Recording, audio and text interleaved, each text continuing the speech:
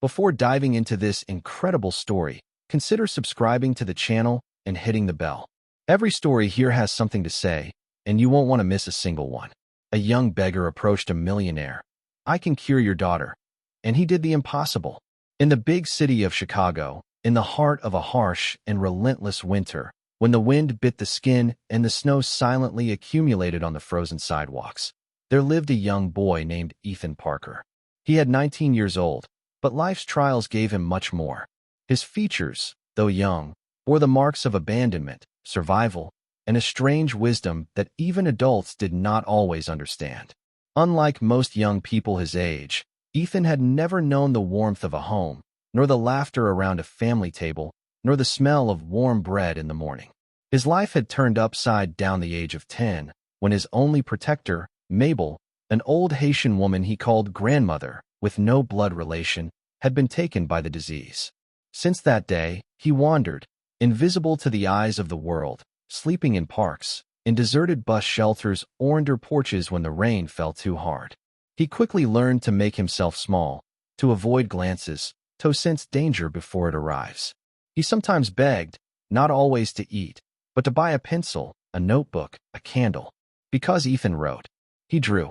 He observed, he always carried with him an old-worn notebook, covered with cracked leather, which he kept against his chest like a talisman. The pages were filled with thoroughly notes, of strange sketches, of incomprehensible formulas for ordinary mortals.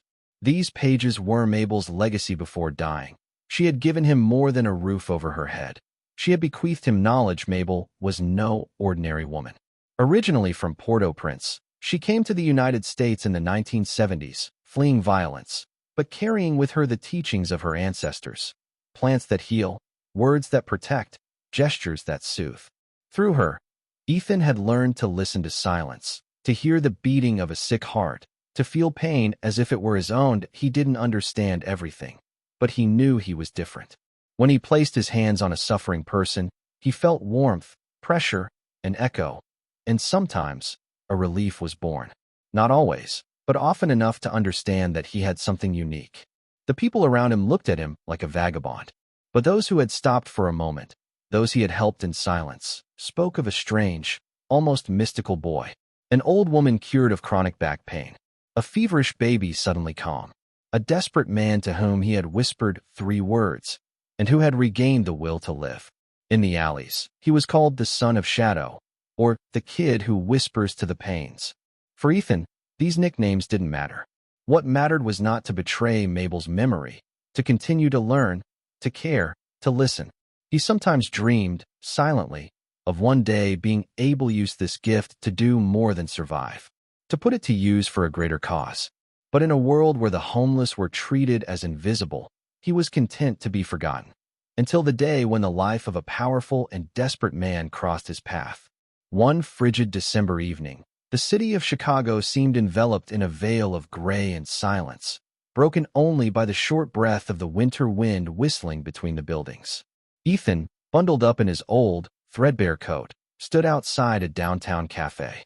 He tentatively reached out, hoping to collect a few crumbs, a gesture of compassion, a simple remnant of human warmth. His numb fingers trembled slightly, and his breath drew small white wisps in the icy air. Suddenly, the shrill sound of a black limousine shattered the tranquility. It stopped abruptly right in front of him, casting a beam of light into the darkness. Ethan looked up, surprised by the sudden stop in this neighborhood rarely frequented by high society. The door slowly opened, and out stepped a man in his 50s, elegantly dressed in a perfectly tailored suit, every detail reflecting wealth and power. But tonight, the impassive mask of success had cracked. The man's face, James Whitman, once self-assured, betrayed anguish, fatigue, and unspeakable pain. His eyes were reddened, glistening with barely contained tears. In his arms, he carried a little girl with blonde hair of an almost unreal softness. The skin of Emily Whitman, barely 7 years old, was disturbingly pale. She seemed frozen, motionless, as if imprisoned in a body that refused to respond. James walked slowly toward Ethan, his features drawn with fear and despair accumulated over the months. He gently placed Emily against the wall, his trembling hands barely able to support her. For months, He had consulted the best specialists, traveled the world in search of a medical miracle. Hospitals, laboratories, experimental treatments. Nothing had worked. The rare neurological disease eating away at Emily was slowly paralyzing her, gradually erasing her joy, her life. The doctor's cold, helpless stares had finally broken him. With tears in his eyes, he met the piercing gaze of Ethan, the boy whom life seemed to have forgotten, but whose aura seemed filled with a secret strength. In a broken breath, James called out to him, his voice full of desperate urgency. "Can you do anything for her? I'm willing to pay for anything. Everything." Ethan then felt a strange vibration, a deep shudder that ran through his entire being. It was as if Emily's pain was seeping into him, heavy, weighty, a presence he could almost touch. He closed his eyes for a moment, took a deep breath, then placed a trembling hand on the little girl. In a soft voice, almost a whisper, he said, "I can cure her, but you'll have to have faith, Mr. Whitman. Science doesn't understand everything." A suspended silence followed these words. James, at first incredulous, tried to understand, his rational mind torn between doubt and hope. But the despair that had gnawed at him for too long gave him the courage to try. He nodded slowly, ready to risk everything to save his daughter. Ethan was taken to the Whitman Manor, an imposing mansion bathed in a cold light, contrasting with the fragile warmth it was about to offer. The richly decorated building seemed almost too vast for such a fragile little girl, and yet every corner was imbued with silence, suppressed fear, flickering hope. From the moment he arrived, Ethan knew that what he was about to do was beyond anything he had ever experienced. He knelt beside Emily, whose shallow breaths marked the rhythm of a body almost frozen. Her wide eyes occasionally met his, as if she were searching for promise in this unexpected boy.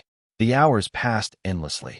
Ethan spoke softly, caressing the air with his prayers in Creole, the warm, lilting language Mabel had taught him.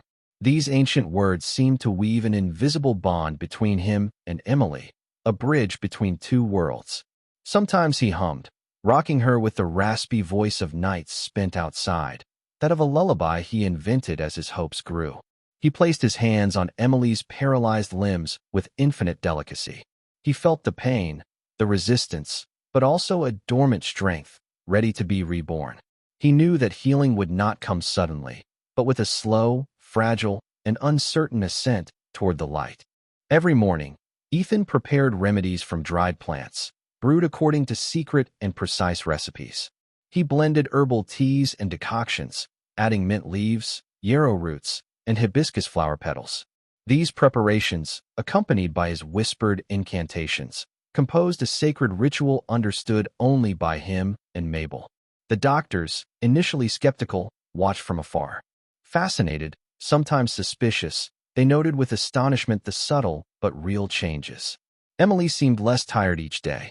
Her pale complexion gained color, her eyelids opened longer, revealing curious and lively eyes. At times, a fragile smile lit her face, a glimmer of hope breaking the shadows. Then, one morning, as the sun barely streamed through the large windows, Emily made an unexpected gesture. She moved a finger. Slowly, then more confidently, her little fingers moved as if to greet the world. Ethan held his breath, his eyes misty with tears.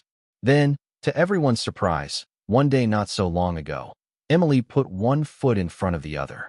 A first step, hesitant, wobbly, but determined. James, standing in the shadows of the room, felt his heart burst with emotion.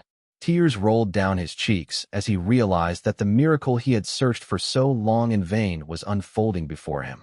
The hope he thought lost forever was reborn with every step his daughter took. In that moment, in that cold mansion, Ethan and Emily had shattered the boundaries of possibility, reminding everyone that sometimes the greatest strength comes from a gift science can't explain, a blend of love, faith, and ancient magic. But what James was unaware is that behind the young boy with such soft hands and such deep gaze hid a wound much older and heavier than that caused by life on the street.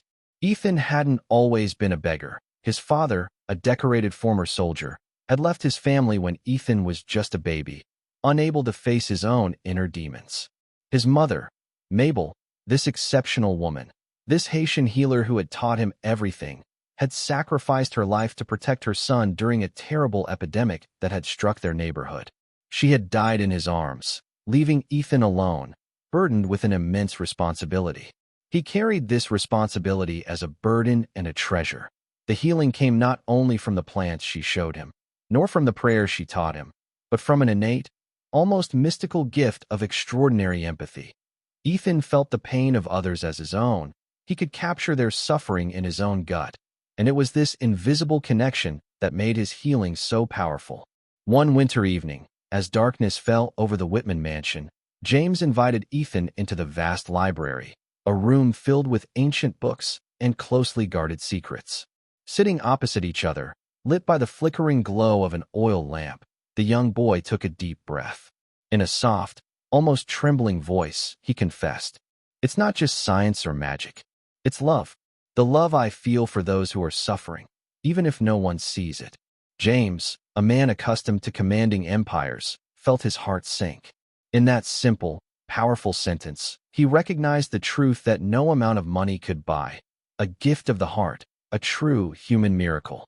Emily's recovery quickly made headlines around the world. It was called a medical miracle, an inexplicable phenomenon. Ethan became an urban legend, nicknamed the boy who cured the impossible. Yet, far from being swept away by fame or enjoying the sudden glory, Ethan chose a more humble and courageous path. With James, he founded an organization, Hope and Healing, a unique center where modern science combined with ancestral wisdom and human compassion. There, sick and destitute children came to seek not only care, but also hope, a kind look, an outstretched hand. Hope and Healing became a symbol, a sanctuary where barriers fell, where knowledge and love met to offer a chance to those the world had forgotten. A few years later, the Whitman Manor had changed its face. Where once coldness and silence reigned, now stretched vast flower gardens, witnesses to an unexpected rebirth.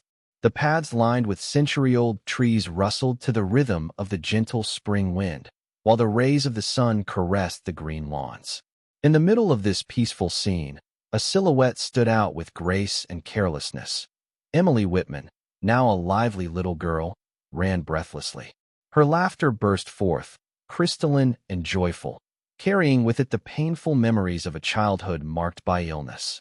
Her light dress fluttered with her movements, while her blonde hair caught the golden light. Beside him walked Ethan Parker, the once homeless boy who became medical student, committed to his vocation with the same passion and determination he had once brought to Emily's care. He watched over her with a protective tenderness, a gaze filled with affection and pride. To him, Emily was no longer just the little girl he had helped heal, but an integral part of his family, an unbreakable bond forged in adversity. As they stopped by an old oak tree, Ethan knelt down to take Emily's hand, his eyes shining with a silent promise. They both knew their story was more than just a medical miracle. It was living proof that sometimes the real miracle is born where we least expect it, in the very heart of pain, misery, and despair. This miracle was the invincible force of the hope, the persistent light of the love, and the power of the human courage together. They had transformed their destinies, and their journey continued to inspire those who, like them, sought healing in a world that was sometimes too harsh. Around them, in this sun-drenched garden, life was returning to normal, full of promise, laughter, and a future to build.